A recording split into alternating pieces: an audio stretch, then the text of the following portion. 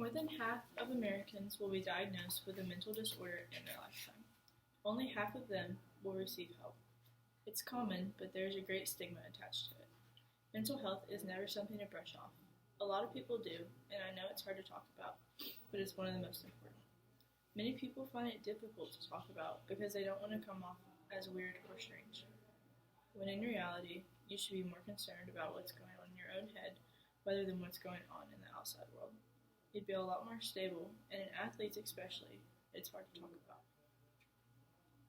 Victoria Garrick is a former volleyball player at the University of Southern California. She walked on at a D1 college and started every game until her senior year. Her senior year, she spoke out in The Hidden Opponent, her TED Talk about mental health in athletes. She talked about how not enough people pay attention to how student athletes' mental health and how it is deteriorating every day. She tells us about her body image issues and depression and how they affected the way she played. She now has a podcast and brings other former college players, and they tell us more details about how deep this problem really is. All kinds of athletes deal with mental health issues. Most of the time, it's because of the pressure or the body image issues they have. You can play D1 college football or softball, or only go as far as your high school varsity team.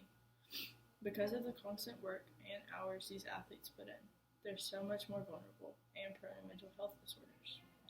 This because of the injuring themselves, overtraining, and constant pressure to play well.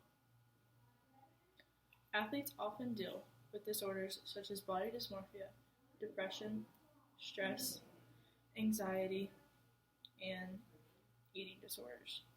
They're more stressed than regular students because they simply just do more. Not only do they stress over performance, but many other things as well. One bad retweet and you're suspended. Not maintaining your GPA and you don't get to play. All of this along with piling up on homework and practice. I said earlier, athletes generally deal with depression, a mood disorder that causes persistent sadness. Eating disorders, a type of body dysmorphia. You often get more and more sad and eventually to the point where you don't even have an appetite, and you lose weight in an unhealthy manner. And anxiety. You're often worried about small things. You develop panic attacks, and eventually this will cause you to act like it every day, and will affect the way you think. Statistics show that 35% of professional athletes, such as Serena Williams and Michael Phelps, also struggle mentally. Serena Williams is a professional tennis player who has won 4 gold medals in the Olympics. She's one of the strongest female athletes, so you'd never expect her to suffer from a mental health disorder, right? Wrong. After a meltdown at the 2018 US Open final, she was getting a lot of hate and went into a major depressive state. All over her social media were people bashing her about this one mistake she'd made. She just recently admitted that she's still in therapy and has been for 2 years straight because of this mishap.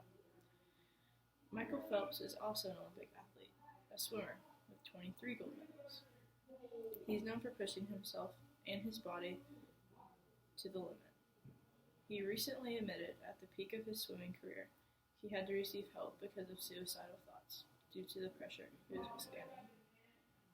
10% of high school athletes, just like me, and a whopping 65% of college athletes, such as Catherine Bloomer and Jordan Hankins, have struggled with these issues. Jordan Hankins was a women's basketball player at Northwestern University. She played her last ever game in 2017 versus the University of Maryland. 3 days later, Hankins was found dead in her dorm by her brother. Her death ruled suicide. Her brother stated in an article that when he had talked to his sister that weekend, she seemed fine and that nothing was wrong with her. He thought she was happy and he didn't think that anything was wrong. The most important thing that I think we can do is put less stress and shine more light on these hardworking athletes so that we can prevent more cases like Jordan.